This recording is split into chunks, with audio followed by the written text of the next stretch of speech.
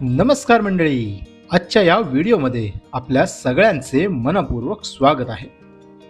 मंडळी, आज आपण जातोय रत्नागिरीपासून 25 किलोमीटर अंतरावर आणि पावसपासून अवघ्या 8 किलोमीटर अंतरावर असणाऱ्या, जिथे मुचकुंदी नदी समुद्राला येऊन मिळते, त्याच ठिकाणी समुद्री सीमेचं रक्षण करत, गतवैभवाच्या खाणाखुणा जपत, निसर्गाच्या कुशीत उभा असणारा किल्ला म्हणजे पूर्णगड.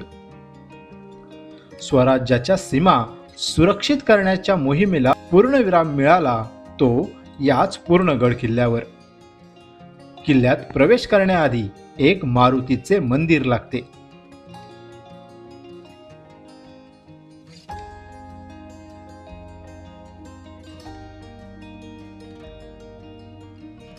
बजरंगबली की जय. मंडळी, हे आहे मारुतीचं मंदिर. या गडाच्या प्रवेशद्वाराच्या बरोबर बाहेरच आहे आणि आता आपण जाणार आहोत गडामध्ये. स्वराज्यातील इतर किल्ल्यांप्रमाणे या किल्ल्याचा प्रवेशद्वार देखील गोमुखी रचनेत 2 बुरुजांच्या मध्ये बांधण्यात आलेला आहे.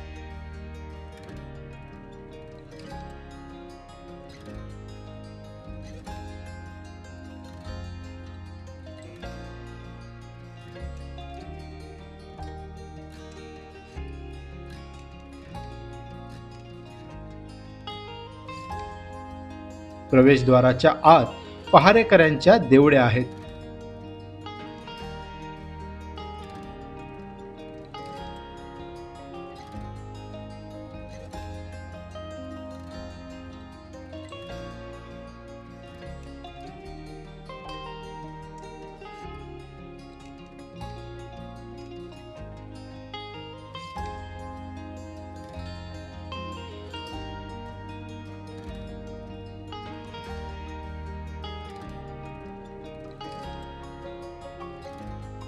प्रवेशद्वारातून आत आल्यावर आपल्याला चौथरे दिसतात.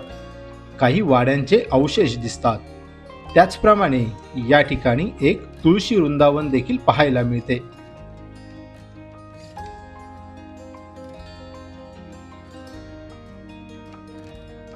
मंडळी, ही आहे तुळशी वृंदावन. या गडाच्या बरोबर प्रवेशद्वाराच्या ते बाजूलाच ही तुळशी वृंदावन आहे.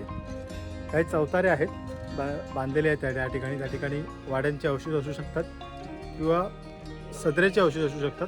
किल्ला छोटा असला तरी स्वराज्याच्या दृष्टीने हा एक महत्त्वाचा किल्ला आहे. येथे तटबंदीवर चढण्यासाठी पायऱ्या आहेत.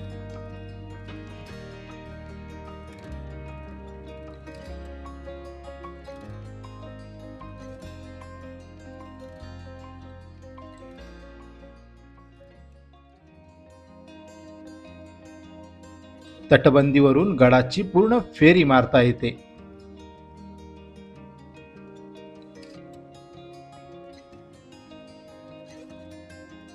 या गडाला एकूण 7 बुरुजे आहेत आणि ते आजही भक्कम स्थितीत आहेत.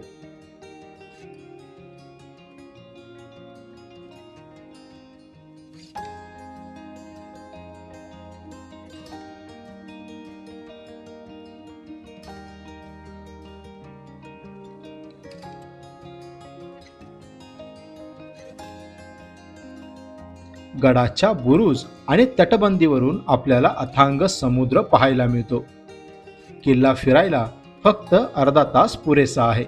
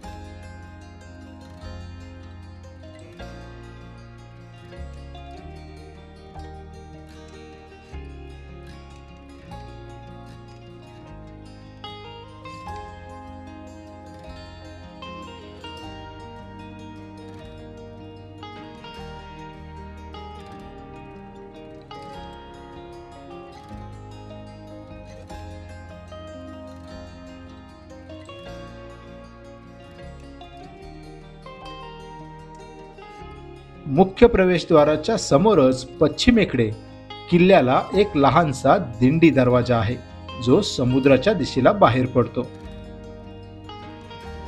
दरवाजा बंद आहे. दरवाजा बंद असल्यावर समुद्राच्या दिशेने येणारा जो काही मारा आहे तो थांबवण्यासाठी हा दरवाजा लावला जायचा. आणि दरवाजाच्या पाठीमागे या ठिकाणी दोन्ही साईडला ओळखा टाकायला जागा आहे, त्यामुळे दरवाजा पूर्णपणे पॅक होऊन जायचं. या ठिकाणी देवडी आहे जी या ठिकाणचा पारेकरी असेल त्यासाठी ही जागा. छोटासा दरवाजा आहे. समुद्रामार्गे येणारी जी काही मालवाहतूक असेल ती या गडावर आणण्यासाठी हा मार्ग आहे. आपण बघू.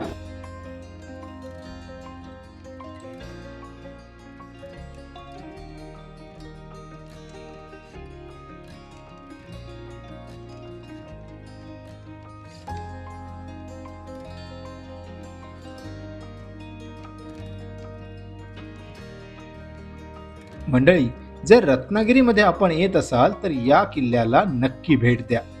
व्हिडिओ आवडली असेल तर लाईक करा, शेअर करा आणि कमेंट करा. जय शिवराय.